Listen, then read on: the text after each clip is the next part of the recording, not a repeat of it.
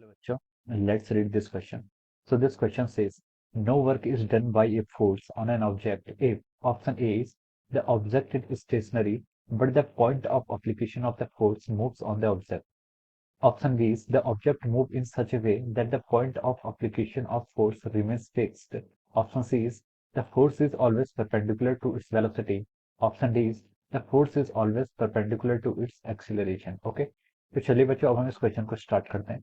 तो देखिए बच्चों, इस क्वेश्चन का की कॉन्सेप्ट आपका लिख सकते हैं। The key concept of this question is, इस क्वेश्चन में हमें क्या बताना है? इस क्वेश्चन में हमें बताना है कि वर्क डन बताना है। क्या बताना है? हमें work done. Okay, so we can write down the key concept of this question is work done. Okay, work done is the key concept of this question. Okay, तो देखिए बच्चों, वर्क डन होता क्या है? वर्क डन हमको define करते हैं, work को क्या हम कहते हैं? Force into displacement. क्या कहलाता है आपका वर्क डन, जिसको हम W से डिनोट करते हैं। It is written as dot product of the force and displacement.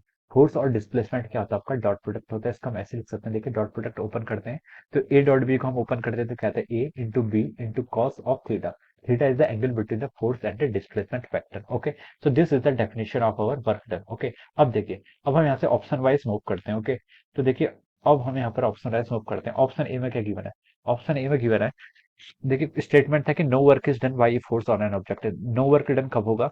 The object is stationary but the point of application of the force moves on the object. आपका object तो stationary but point of application of the force क्या कर रहा है? Moves कर रहा है। Okay, तो देखिए बच्चों, वर्क होता है आपका क्या? F into S into cos theta. Okay, अब उसने बोला है कि जो आपका ऑब्जेक्ट है, ऑब्जेक्ट स्टेशनरी है।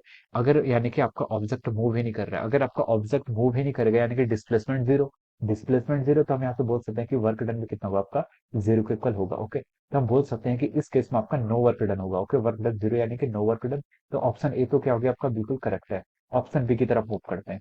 The object move in such way that the point of application of the force remains fix. Object इस तरीके से मूव करता है कि जो आपका point of application of the force होता है वो क्या रहता है? आपका रिमेन्स जीरो रहता है। ओके, तो देखिए बच्चों, इस केस में भी आपका क्या होता है? वर्क डन आपका कितना हो जाएगा? वर्क डन इस केस में भी आपका क्या हो जाता है? जीरो हो जाता है। अगर आपका point of application of force क्या कर रहा है? मूव नहीं कर रहा है, तो हम बोल सकते हैं कि वर्क डन कितना होगा? आपका जीरो के इक्वल होगा। ओके, देखिए बच्चों, इसको हम ऐसे समझ सकते हैं, जैसे कि आपका देखिए एक पुले मास सिस्टम होता है। क्या होता है? पुले मास सिस्टम होता है। ये आपकी पुली है। ओके, ये पुली को आपने क्या कर रखा है? यहाँ से एक पिवट के थ्रू ऐसे यहाँ पर आपने इसे फिक्स कर रखा है। ओके, देखिए इससे आपका मास क्या है? ऐसे अटैच्ड है। दिस इज ए मास। एक आपका स्मॉलर मास यहाँ पर ऐसे अटैच है, समझ लीजिए।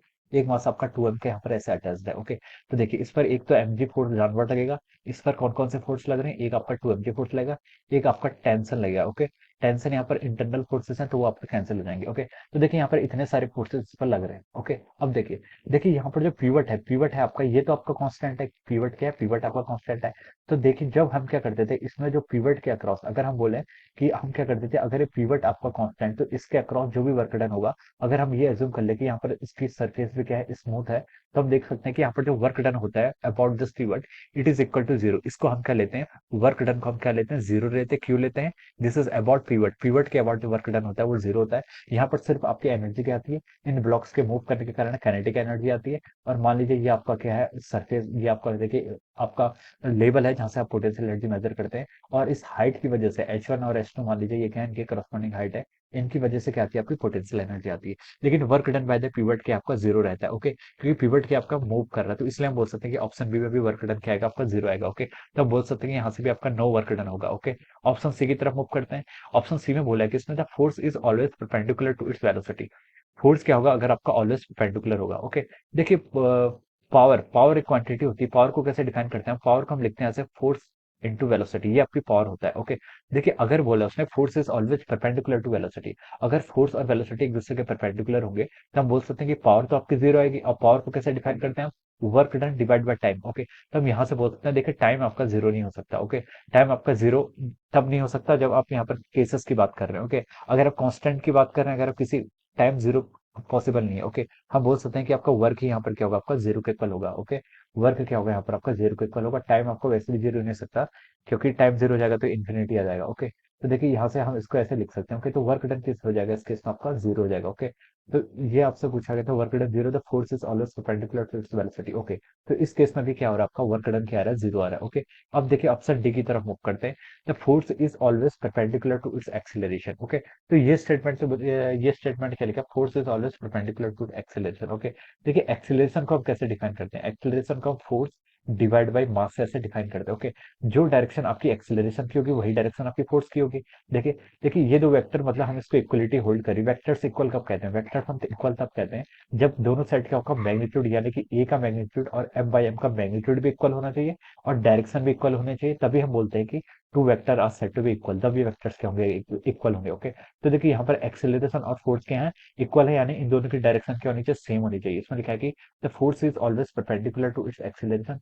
तो ये स्टेटमेंट देखिए इसमें हमसे बोला कि वर्क डन क्या होगा। ओके, तो देखिए यहाँ पर जो आपका वर्क डन आएगा, इस केस में जो आपका वर्क डन आएगा वो क्या आएगा, आपका नॉन जीरो के इक्वल आएगा। ओके, ये कोई कंडीशन नहीं दी हुई है। उसने हमें क्वेश्चन में क्या पूछा था कि no work done by forces कब होगा, और यहाँ पर ऑप्शन में क्या लिखा है, force is always perpendicular to its acceleration.